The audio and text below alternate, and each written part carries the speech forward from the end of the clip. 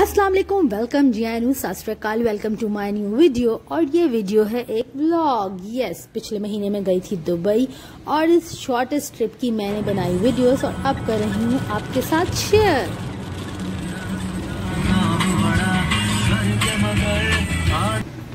जी जनाब, तो मेरे 2 दिन के ट्रिप का पहला स्पॉट था दी पॉइंट। जब आप दुबई में लैंड करते हैं तो आपको फिजा में से ही नजर आता है समंदर में एक खजूर का दरख्त जिसे कहते हैं पाम जुमेरा। और पाम जुमेरा के एक टूरिस्ट पॉइंट पे मैं गई थी जिसका नाम ही था दी पॉइंट।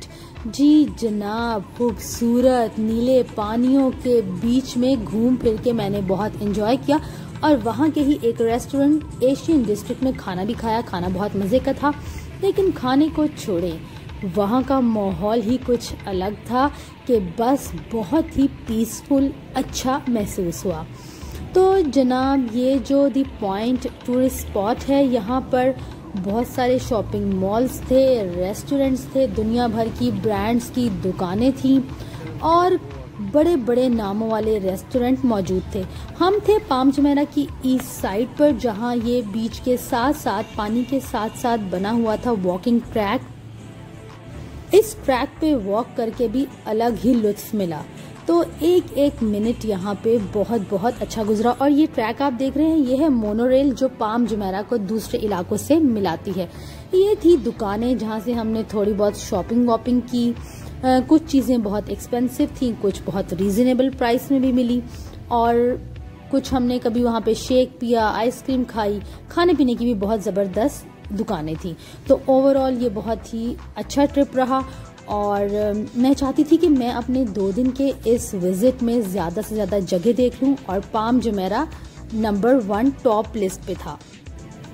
उसके बाद स्पॉट नंबर 2 था अजमान सिटी सेंटर। दुबई जाए और शॉपिंग ना करें, ये कैसे हो सकता है, जहाँ पे लगते हैं शॉपिंग के फेस्टिवल्स भी। तो मैंने सोचा हुआ था कि मैं वहाँ पे किसी अच्छे मॉल में ज़रूर जाऊँगी और मैं पहुँची करीब ही अजमान सिटी सेंटर में और मेरा वहाँ आने का फ़ैसला बिल्कुल दुरुस्त था क्योंकि मुझे वहाँ पे मिल गई बहुत सारी अच्छी अच्छी चीज़ें। मैंने ढेरों की शॉपिंग, मुझे चाहिए थी कुछ ब्रांडेड शैम्पूज़, मेकअप, सीरम्स और क्रीम्स वगैरह। तो एक से बढ़कर एक चीज़ मौजूद थी और makeup is love, makeup love. Yes, makeup की भी मैंने काफ़ी शॉपिंग की। उनके टेस्टर वगैरह भी थे वहाँ पे, तो मैंने ट्राई किया और जो मुझे अच्छा लगा वो मैंने बाय किया। अच्छा, यहाँ पे एक इम्पॉर्टेंट बात, मैंने एक रिव्यू भी दिया था डिस्काउंट बताने के लिए allure.beauty.pk का और मैंने वहाँ से कुछ फाउंडेशंस और मेकअप बाय किया था उनकी वेबसाइट से।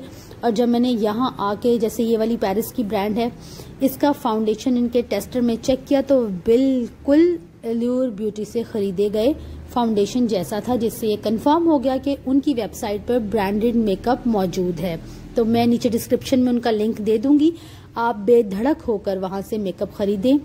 और वाकई में ही दुबई से मेरा भी शॉपिंग करने का यही मकसद था कि मुझे branded number 1 top quality makeup मिल जाए, क्योंकि जिसका बारे में मुझे कंफर्म है कि भाई ये जो है ये 2 नंबर नहीं है या नकल नहीं है, ड्यूप नहीं है, असल है। तो इसी तरह एल्यूर ब्यूटी के पास भी असल है। अच्छा, तो आपके सामने है एक से बढ़कर एक चीज़, ऐसे fantastic lip colours, nail colours, mascaras देख रहे हैं आप। मेरा तो वहाँ से वापस आने को लिटरली दिल नहीं चाह रहा था, मैं तो खो सी गई। मतलब इतना अच्छा इनका मेकअप कॉर्नर था और जो आपको चाहिए, मतलब आप एक दफ़ा जाएं और लेकर आ जाए। हाँ, लेकिन भाई पैसे भी चाहिए बहुत सारे। तो मुझे जो जो अफोर्डेबल था मैंने वहाँ से बाय किया और आई एम हैप्पी क्योंकि मुझे अच्छी चीज़ें मिल गई थी। कुछ ऑफ़र्स वगैरह भी थी, तो अच्छी अच्छी ऑफ़र्स पे, डिस्काउंट ऑफ़र्स से मैंने फ़ायदा उठाया। अच्छा, ये लिप कलर्स बहुत ज़बरदस्त थे और आई शेडो पैलेट्स बड़ी अच्छी थी। मतलब आई रिकमेंड कि आप दुबई जाएं तो अजमान सिटी सेंटर ज़रूर जाएं। कुछ नई कॉस्मेटिक कंपनियां भी थीं, जैसे ये प्रेस्टेज। मैंने इसका नहीं मेकअप यूज़ किया हुआ था, लेकिन वहाँ पे मैंने ट्राई किया तो अच्छा मेकअप था।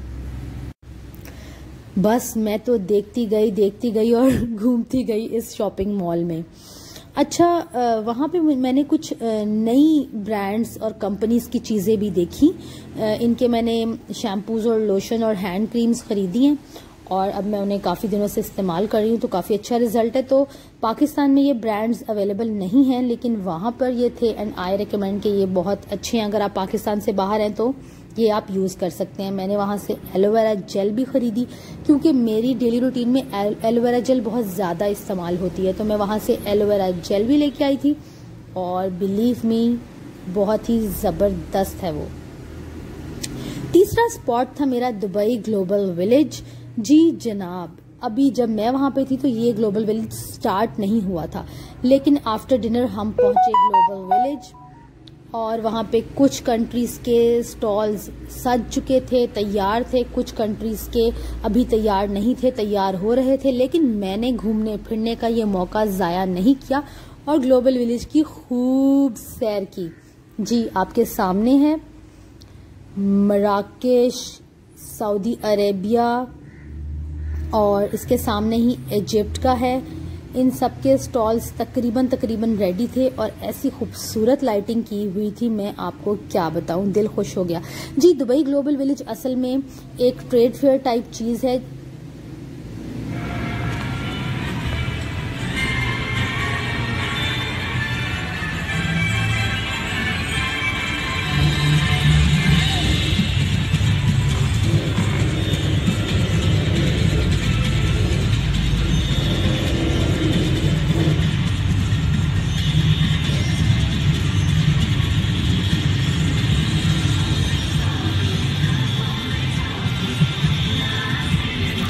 यहाँ पर 90 कंट्रीज़ ने अपने स्टॉल लगाए हुए थे, जहाँ पे वो अपने मुल्क के कल्चर को रिप्रेजेंट कर रहे थे। जिस मुल्क के स्टॉल के अंदर मैं गई हूँ, वहाँ पर मुझे ऐसे लगा मैं उसी मुल्क में पहुँच गई। फुल उन्होंने अपने कल्चर के हिसाब से इसको सजाया हुआ था। फिर वहाँ की मसनूआत, वहाँ की प्रोडक्ट्स, वहाँ के खाने, सब कुछ वहाँ पे अवेलेबल था और मैंने काफ़ी इंजॉय किया। काफ़ी चीज़ें मैंने ट्राई की और सब कुछ एक से बढ़कर एक था। और सबसे बड़ी बात, कहीं पे सर्कस हो रही थी, कहीं पे डांस था, कहीं पे रिहर्सल हो रही थी। और ये मुझे क्योंकि घूमने फिरने का शौक़ है, तो इसलिए है कि मैं डिफरेंट कंट्रीज़ का कल्चर देखूं, एक्सप्लोर करूं। और ये एक छत के नीचे मुझे इतनी सारी कंट्रीज़ का कल्चर, उनका फूड, सब कुछ एक साथ मिल गया था, तो मेरा मज़ा तो हो गया दो बाला। हर तरफ रंगो नूर की बहार, बरसात आई हुई थी। आंखों को इतना अच्छा लग रहा था। जैसे ये देखें, सीरिया का स्टॉल भी तकरीबन रेडी था, उसके साथ रशिया का था और ऐसे ही उर्दन का, इंडिया का, पाकिस्तान का अभी तैयार नहीं हुआ था, वो आई थिंक बनना था अभी। ग्लोबल विलेज के साथ साथ इसको हम कहेंगे एक्सरसाइज विलेज। यकीन करें मैं इतना चली वहाँ पे कि मैं अपने स्टेप काउंट देखकर हैरान हो गई, लेकिन मैं बिल्कुल भी नहीं थकी। हर तरफ इतनी खूबसूरत नज़ारे थे कि मैं तो व्लॉग बनाना भी भूल गई। लेकिन नहीं, फिर मैंने कहा मैं अपनी YouTube फैमिली को भी ज़रूर दिखाऊंगी ये खूबसूरत नज़ारे। तो मैंने बीच बीच में व्लॉग बनाया और ज़्यादा मैंने खुद एंजॉय किया। तो आपके सामने है कितने खूबसूरत ये नज़ारे हैं।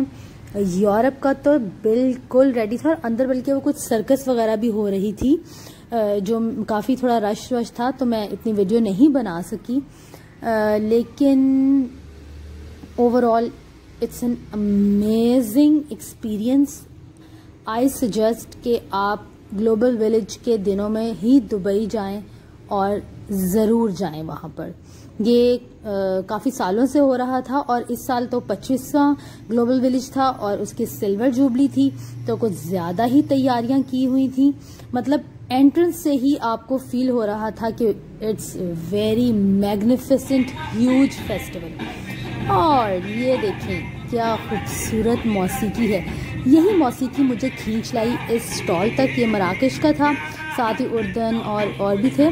तो मैं अंदर आई क्योंकि मुझे इनका ये सारा आर्किटेक्ट बहुत ही अट्रैक्ट कर रहा था और इनकी अरब मौसीकी। अच्छा जनाब, जब मैं आपको बताऊं कि हम इस ग्लोबल विलेज में एंटर होते हैं तो सबसे पहला स्टॉल जो आपको खुशामदीद कहता है वो तुर्की का है। तो तुर्की के स्टॉल पे सबसे पहले हमारी नज़र पड़ी और वो भी बड़ा खूबसूरत सजाया हुआ था। उसके साथ पाकिस्तान का बनना था और इधर सामने बहरीन और कुवैत, इन सब के स्टॉल्स थे। तो ग्लोबल विलेज का स्टार्ट होता है इससे। और हाँ, ईरान का भी इसके सामने ही बन रहा था, लेकिन वो अभी कंप्लीट नहीं हुआ था तो मैंने उसकी वीडियो इतनी नहीं बनाई, लेकिन उसको देख के साफ पता चल रहा था कि सबसे खूबसूरत स्टॉल जो है वो ईरान का होने वाला है, ईरान के साथ मराकेश वगैरह। तो जनाब ग्लोबल विलेज की सैर तो हो गई और मैं आपको दोबारा ले आई इस खूबसूरत पानियों के बीच, क्योंकि यहाँ जो मुझे मज़ा आया ना वो पूरे टूर के दौरान कहीं और उतना मज़ा नहीं आया। मतलब सब जगह पे आया लेकिन ये जगह तो बेस्ट थी।